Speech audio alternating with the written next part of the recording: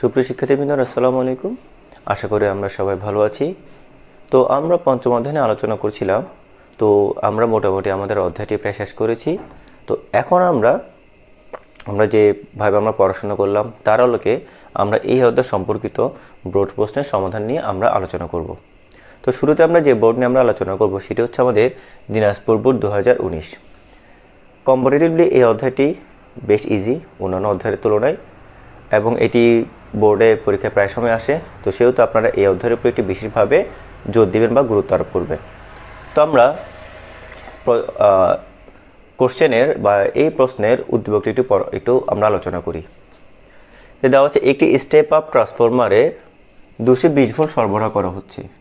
যেহেতু 220 ভোল্ট আমাদেরকে সরবরাহ করা হচ্ছে, তাহলে এই 220 ভোল্ট হচ্ছে আমরা কোথায় দিচ্ছি? আমরা প্রাইমারি কয়েলে দিচ্ছি। তার মানে এটা হচ্ছে আমাদের কি?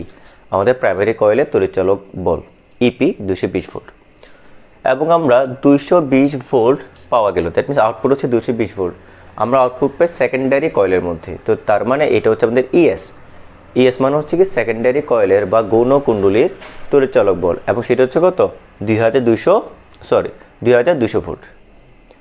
এবং দেওয়া আছে যে ট্রান্সফরমারটির মুখ্য কুণ্ডলীর পাক সংখ্যা, মুখ্য কুণ্ডলী মানে হচ্ছে কি এনপি দেওয়া আছে আমাদের 500, এবং রোধ দেওয়া আছে। কিসের রোধ? আমাদের সে ট্রান্সফরমারের রোধ দেওয়া আছে, মুখ্য কুণ্ডলীর রোধ দেওয়া আছে, সেটা হচ্ছে কত? 0.5 ওহম। এখন আমাদের গড় নামক প্রশ্নের মধ্যে দেওয়া আছে আমাদের যে গৌণ কুণ্ডলীর পাক সংখ্যা কত। যেমন এই বোর্ডের মধ্যে বা এই প্রশ্নে ক হচ্ছে আমাদের চুম্বক ফ্লাক্স কাকে বলে, যেটা আমরা খুব ভালো করে জানি, এবং খ হচ্ছে যে ডিসি প্রবাহে বা ট্রান্সফরমারকে ডিসি প্রবাহের সাথে কেন যুক্ত করা হয় না। এই প্রশ্নটা আমরা এটার উত্তর জানি। তো এই জন্য আমরা ওইদিকে না গিয়ে আমরা সরাসরি কোথায় গাণিতিক সমস্যাগুলোর মধ্যে চলে গেলাম। তাহলে শুরুতে আমরা কি বের করব? যে গৌণ কুণ্ডলীর পাক সংখ্যা। দ্যাট মিনস আমাকে কি বের করতে হবে? গৌণ কুণ্ডলীর পাক সংখ্যা বা আমাকে এনএস বের করতে হবে। তো এই ক্ষেত্রে আমরা জানি EP divided by ES equal to NP divided by NS. আমাকে বের করতে হবে এনএস, তাই তো? তাহলে আমরা একটা কাজ করি, আমাদের হিসাবের সুবিধার জন্য আমরা বজ্রগুণন করে ফেলি। তাহলে কী পাবো? NS into EP equal to NP into ES. তাহলে আমরা কী পাচ্ছি? Or NS equal to NP ES divided by EP equal to, আমরা এনপি এর মান জানি, এনপি এর মান হচ্ছে 500 ইন্টু ইএস এর মান হচ্ছে আমাদের 2200, এবং ইপি এর মান হচ্ছে 220। তাহলে এখন আমরা যদি এখানের মধ্যে আমরা হিসাব করি, তাহলে দেখা যাবে যে আমরা 00 চলে যাচ্ছে, 220 দ্যাট মিনস আমরা কত পাবো? 10 পাবো। এবং ফাইনালি 500 ইন্টু 10 মানে হচ্ছে কত? 5000। দ্যাট মিনস আমরা দেখতে পাচ্ছি এই ট্রান্সফরমারের ক্ষেত্রে গৌণ কুণ্ডলীর পাক সংখ্যা হচ্ছে কত? গৌণ কুণ্ডলীর পাক সংখ্যা হচ্ছে 500। আপনার শুধুমাত্র 500 না লিখে একটু গোছায় লিখবেন। কীভাবে লিখবেন? সুতরাং গৌণ কুণ্ডলীর পাক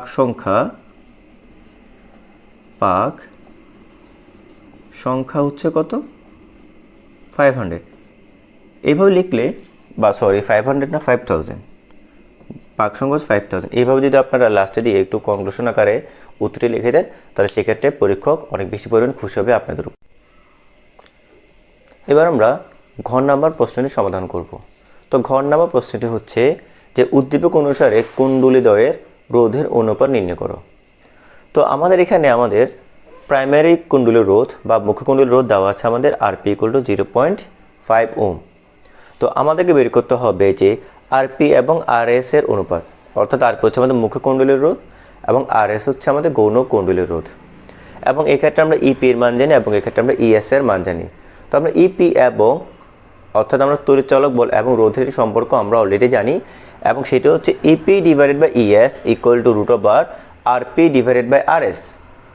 তো এখন আমরা কী করবো? তাহলে আমাদের মেন টার্গেট হচ্ছে কি আরপি ডিভাইডেড বাই আরএস আমাদেরকে বের করতে হবে। তাহলে আমরা কি করব?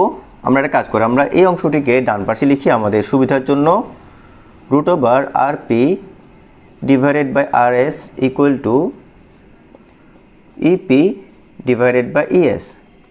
দেন আমরা কি করব, আমরা উভয়পক্ষে বর্গ করে দিব। দেন বর্গগুলো আমরা কি পাবো, RP divided by RS equal to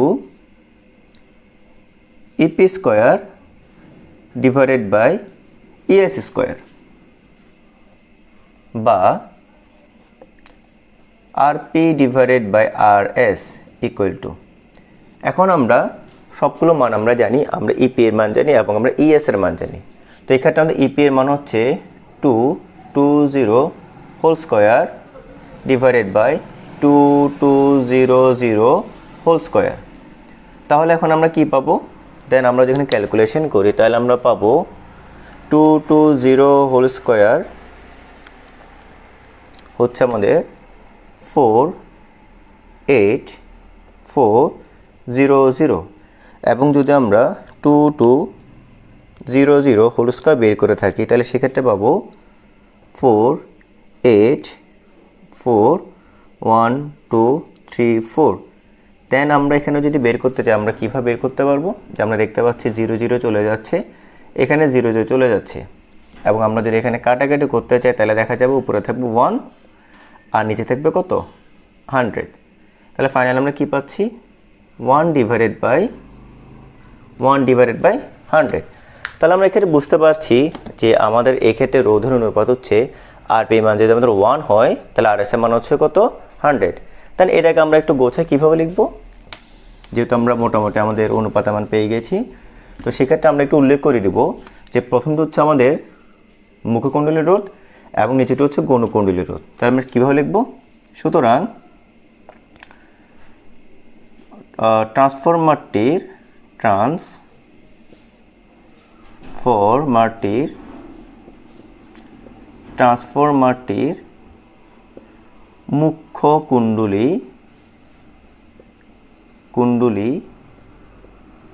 ও গৌণ কুণ্ডলীর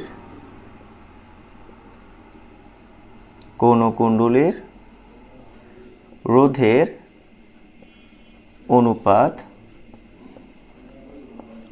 ইকুয়াল টু 1:100। তাহলে আমরা কী পাচ্ছি, তাহলে আমরা বলতে পারবো যে উদ্দীপক অনুসারে কুণ্ডলীদ্বয়ের রোধের অনুপাত নির্ণয় করা সম্ভব। তাহলে লাস্ট লাইনে কি লিখবেন, যে উদ্দীপক অনুসারে কুণ্ডলীদ্বয়ের রোধের অনুপাত নির্ণয় করা সম্ভব। এবার আমরা দ্বিতীয় বোর্ড প্রশ্ন নিয়ে আমরা আলোচনা করব, যেটা হচ্ছে সিলেট বোর্ড 2019। তো শুরুতে আমরা উদ্দীপকটি একটু পড়ে দেখি। তো উদ্দীপকে কী কী বলে দেওয়া আছে আমরা সেগুলো লিখে ফেলার চেষ্টা করব, দেন আমাদের প্রশ্ন সমাধান করতে অনেক বেশি সহজ হবে। এবং একটা বিষয় আমরা খেয়াল করব, কী কী দেওয়া আছে লিখে ফেলার পর আমরা নিজেকে প্রশ্ন করব এই মানগুলো দিয়ে বা এই উপাত্তগুলো দিয়ে কি কি আমরা বের করতে পারি, এবং দেখা যাবে যে আমরা কি কি বের করতে পারি তার সাথে আমাদের প্রশ্নটি মিলে যাবে, এবং তখন দেখা যাবে কি আমরা খুব সহজে প্রশ্নটির উত্তর দিতে পারবো। তাহলে আমরা উদ্দীপকটি একটু দেখি। একটি বিদ্যুৎ উৎপাদনকারী কুণ্ডলীকে 20 ওয়েবার এম ইনভার্স 2, এটা হচ্ছে অ্যাকচুয়ালি টেসলার ইকুইভ্যালেন্ট একক। আমরা জানি এটা হচ্ছে কি সে চৌম্বক ক্ষেত্রের একক, weber metre square. That means তাহলে এটা কী দেওয়া আছে, চৌম্বক ক্ষেত্রের মান বিকজ 20 ওয়েবার মিটার ইনভার্স 2, অথবা এই থেকে আমরা কি লিখতে পারতাম, টেসলাও লিখতে পারতাম। এত মানের সুষম চুম্বক ক্ষেত্রে 6.28 রেডিয়ান পার সেকেন্ড সমকৌণিক বেগে, যেহেতু সমকৌণিক বেগ তাহলে সেক্ষেত্রে এটা কী দেওয়া আছে, ওমেগার মান দেওয়া আছে। কুণ্ডলীর সমকৌণিক বেগ ঘুরতে দেওয়া হলো, ওকে ফাইন।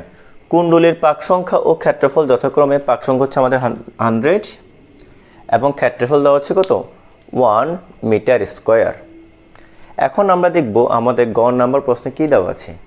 গ নাম্বার প্রশ্নে দেওয়া আছে যে যখন কুণ্ডলীটি চুম্বক ক্ষেত্রের সাথে লম্বালম্বিভাবে থাকবে, কুণ্ডলীটি চুম্বক ক্ষেত্রের সাথে লম্বালম্বিভাবে থাকবে। তাহলে এই অংশটি থেকে আমরা একটু খেয়াল করি, এখানে কুণ্ডলী এবং চুম্বক ক্ষেত্রের অন্তর্ভুক্ত কোণের মান কত। তো সেক্ষেত্রে আমরা জানি যে চুম্বক ক্ষেত্র এবং কুণ্ডলীর অন্তর্ভুক্ত কোণ থিটা ইকুয়াল টু কত 90 - 90 ডিগ্রি, যেটা আমরা অনেক আগে আলোচনা করেছিলাম আমরা।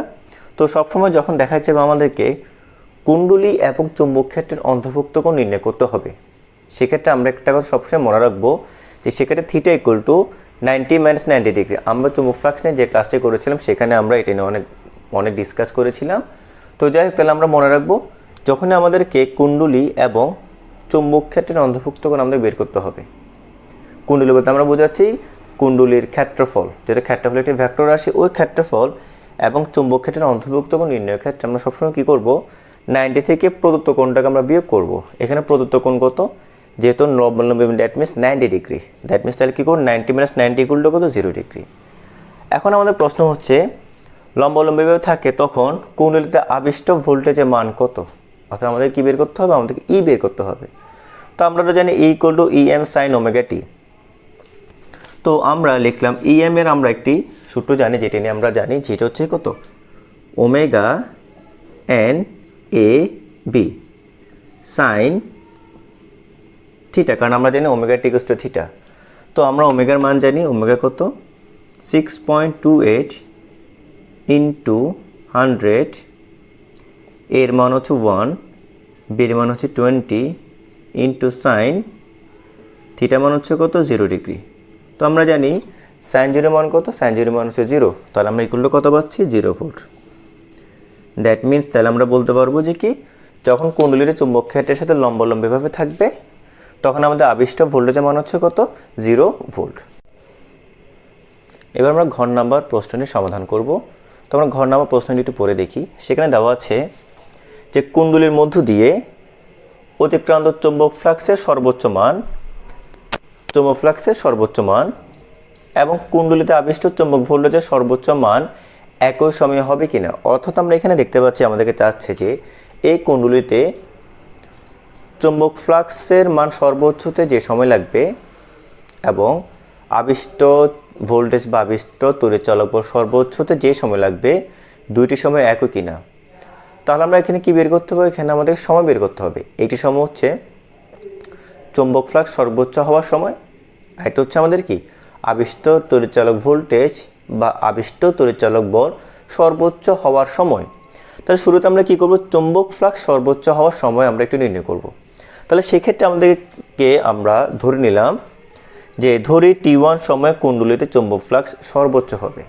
তো চুম্বক ফ্লাক্সের সংজ্ঞা অনুসারে আমরা জানি চুম্বক flux phi equal to A B cos theta, এখানে আমি থিটা 1 ধরলাম। তাহলে আমরা লিখতে পারবো যে phi equal to A B cos omega T1, কারণ আমরা জানি কি theta equals to omega T. আচ্ছা, তাহলে এখন আমরা এই ফাইয়ের মান ম্যাক্সিমাম হবে কখন, যখন আমাদের এই কজের মানটা ম্যাক্সিমাম হবে। তাহলে আমরা কি লিখব, ফাই সর্বোচ্চ হবে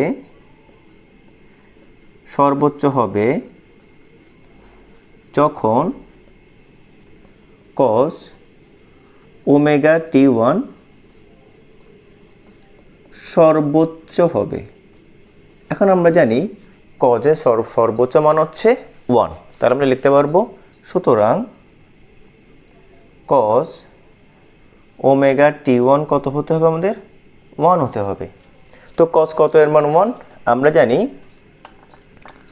কস, বা আমরা একটু গোছাই লিখি যে cos omega T1 equal to cos 0, তাই না, কারণ কস 0 ডিগ্রির মান হচ্ছে 1। তাহলে আমরা কি লিখতে পারবো, কস 0 ডিগ্রি। যাই হোক, তাহলে আমরা উভয় পক্ষ থেকে আমরা কসটা যদি বাদ দিয়ে ফেলি তাহলে কি দাঁড়াচ্ছে আমাদের সমীকরণটি, তাহলে দাঁড়াচ্ছে বা ওমেগা T1 ইকুয়াল টু 0। আমরা দুই পক্ষ থেকে কসটা বাদ দিয়ে ফেললাম, তাহলে সুতরাং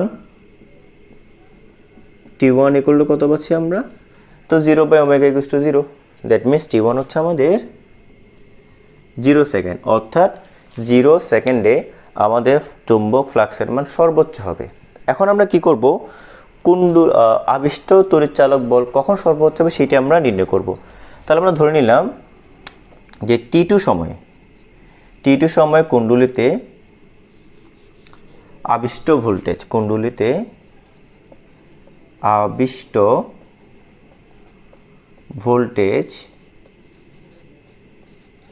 ভোল্টেজ সর্বোচ্চ হবে। ওকে, তাহলে আমরা কি জানি, আমরা জানি যে আবিষ্ট ভোল্টেজের ক্ষেত্রে আমরা কি জানি, আমরা জানি আবিষ্ট ভোল্টেজ আবিষ্ট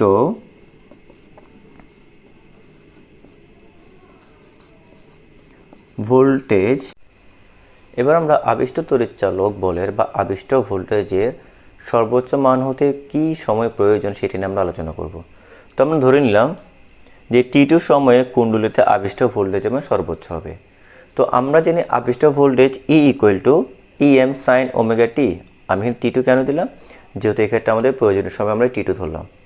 তাহলে এখন E এর মান সর্বোচ্চ হবে যখন আমাদের sin ওমেগা টি, এটির মান আমাদের সর্বোচ্চ হবে। তো আমরা জানি সাইনের সর্বোচ্চ মান কত, সাইনের সর্বোচ্চ মান হচ্ছে 1। তো আমরা লিখতে পারবো যে সুতরাং সাইন ওমেগা T2 এগুলো হচ্ছে কত 1। ওকে, তো সাইন কত এর মান 1, আমরা জানি সাইন 90, দ্যাট মিনস সাইন π/2 এর মান হচ্ছে 1। তাহলে আমরা এখান থেকে কী করবো, আমরা এখান থেকে T2 এর মান বের করব। তো T2 এর মান বের করার জন্য আমরা উভয় পক্ষ থেকে সাইনটা বাদ দিয়ে ফেললে আমরা কী পাচ্ছি, ওমেগা T2 = π/2 বা T2 = π/2 ওমেগা। তো আমরা ওমেগার মানটা আমরা জানি, পায়ের মান হচ্ছে কত 3.1416 / 2 × 6.28, এবং এই ক্ষেত্রে আমাদের T2 এর মান দাঁড়াবে 0.25 সেকেন্ড। তো আমরা দেখতে পাচ্ছি যে আমাদের 0.25 সেকেন্ড পরে আমাদের তড়িৎচালক বলের মান সর্বোচ্চ হয়। আর আমাদের একদম শুরুতে যখন T1 যখন শূন্য ছিল সেই ক্ষেত্রে আমাদের চৌম্বক ফ্লাক্সের মানটা সর্বোচ্চ হয়। তাহলে আমরা দেখতে পাচ্ছি যে T1 এবং T0 is not equal, that means কি চৌম্বক ফ্লাক্সের মান সর্বোচ্চ হতে প্রয়োজনীয় সময় এবং আবিষ্ট তড়িৎচালক মান শক্তির মান সর্বোচ্চ হওয়ার জন্য প্রয়োজনীয় সময় একই নয়। আপনাদেরকে এখানে একটা কথা বলে রেখেছি, আপনারা হয়তো এখানে চিন্তা করছেন যে আমি এখানে π/2 90 ডিগ্রি, তো আমি 90 ডিগ্রি না নিলে আমরা এখানে পায়ের মান কত 3.1416 বসালাম। আমরা এখানে একটা জিনিস মনে রাখবো, আমরা যখন SI একক নিয়ে যখন কাজ করব বা রেডিয়ান নিয়ে যখন আমরা কাজ করব তখন পায়ের মান হচ্ছে 3.1416। যখন আপনি ডিগ্রি নিয়ে কাজ করবেন সেক্ষেত্রে আমাদের পায়ের মান হচ্ছে কত 180 ডিগ্রি। তো যেহেতু আমরা SI একক নিয়ে কাজ করছি এবং আমাদের কৌণিক বেগের SI একক হচ্ছে radian per second, that means আমাদের টোটাল অ্যারেঞ্জমেন্ট হচ্ছে কি নিয়ে, আমাদের রেডিয়ান নিয়ে। তো রেডিয়ানের ক্ষেত্রে আমাদের পায়ের মান কত 3.1416, এটা আমরা খুব ভালো করে মনে রাখবো। তো যাই হোক, সবাইকে অসংখ্য ধন্যবাদ। আশা করি আপনারা আজকে যে সমস্যাগুলো সমাধান করলাম ওগুলো আপনারা বুঝেছেন। তো পরবর্তীতে আমরা আরও বেশ কিছু সমস্যার সমাধান করব। সবাইকে অসংখ্য ধন্যবাদ।